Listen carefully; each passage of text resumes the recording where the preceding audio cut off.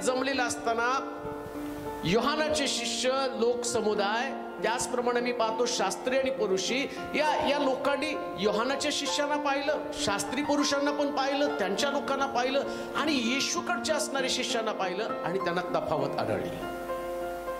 आणि मग त्यांच्या डोक्यामध्ये तो प्रश्न आला. त्यांनी जाऊन येशूला विचारलं, असं का? शास्त्री पुरुषी उपास करतात, योहानाचे शिष्य उपास करतात, पण तुमचे शिष्य उपास करत नाही. मग येशूनं जे महत्वाचं विधान तिथं केलेलं आहे आणि ते विधान हे आमच्यासाठी सुद्धा लागू आहे बरं का, आमच्यासाठी सुद्धा. आता या लोकांच्या डोक्यामध्ये काय, शास्त्री पुरुषांनी त्यांच्या डोक्यात काय बिंबवलेलं आहे? शास्त्र म्हणजे अशा पद्धतीने तुम्हाला उपवास करणं गरजेचं आहे. उपवास देवानं त्यांना सांगण्यामागे देवाची धारणा काय होती? उपवास करण्यामागे देवाची धारणा काय होती?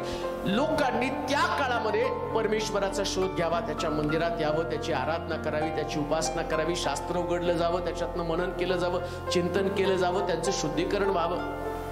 आता झालं काय माहिती का, लोक फक्त उपाशी राहण्यापुरतं त्यांनी, उपवास म्हणजे फक्त उपाशी राहणं. मग आम्ही पाहतो की जसं आम्ही योनाच्या पुस्तकामध्ये पाहिलं की राजा सांगतो की उपवास असं नाही करायचा. म्हणजे लोक उपाशी राहिले म्हणजे काय करायला लागले, ते फक्त अन्न खायचं त्यांनी बंद केलं.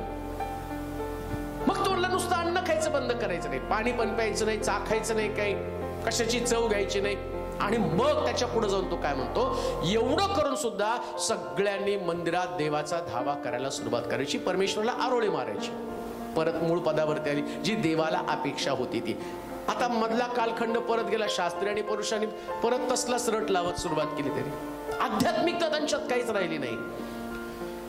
मग लोकांना भडकून त्या येशूकडे पाठवलं. ते का उपवास करत नाही? येशूनं अतिशय सुंदर समर्पक उत्तर दिलं. आणि ते उत्तर कोणतं आहे? तो अत्यावश्यक गोष्ट कोणती? जुन्या बुदल्यामध्ये नवीन द्राक्षरस घातला जाऊ शकत नाही. आता कोणते जुने बुदले, कोणता नवा द्राक्षरस?